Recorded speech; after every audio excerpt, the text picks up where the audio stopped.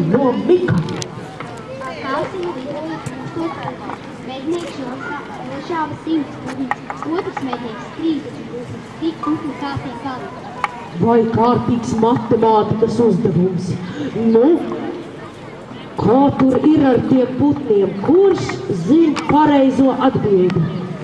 Izstāst vēlreiz, cik putni tā, lai var kārtīgi sarēķināt? Kāds ir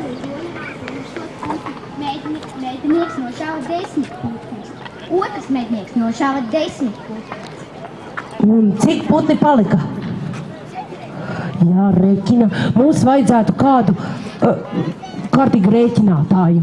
Nu? Jautājums bija, cik kāsī palika putni? Kāsas vairs nebija.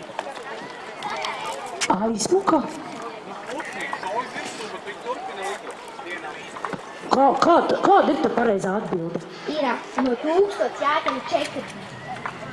1040, bet raugs, man liekas, ja putnus izbiedē, viņi aizlido visi. Nu jā, tieši tā, tad paliek neviens, jo visi aizlaižās.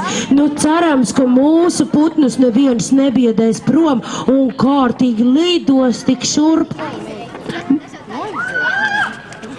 Lai tik lido šurp un pie mums kārtīgi svin lielo dienu.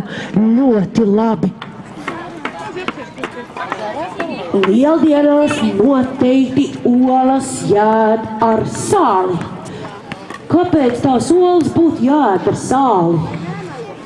Lai nemelo. Tieši tā, lai negribētos mānīties, tad daudz ar sāli jāēd. Kā tevi sauc?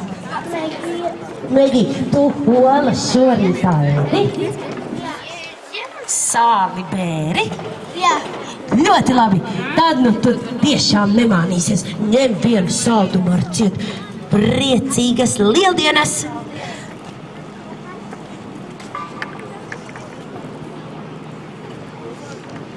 Lieldienu rītā matus zem egles jāsukā.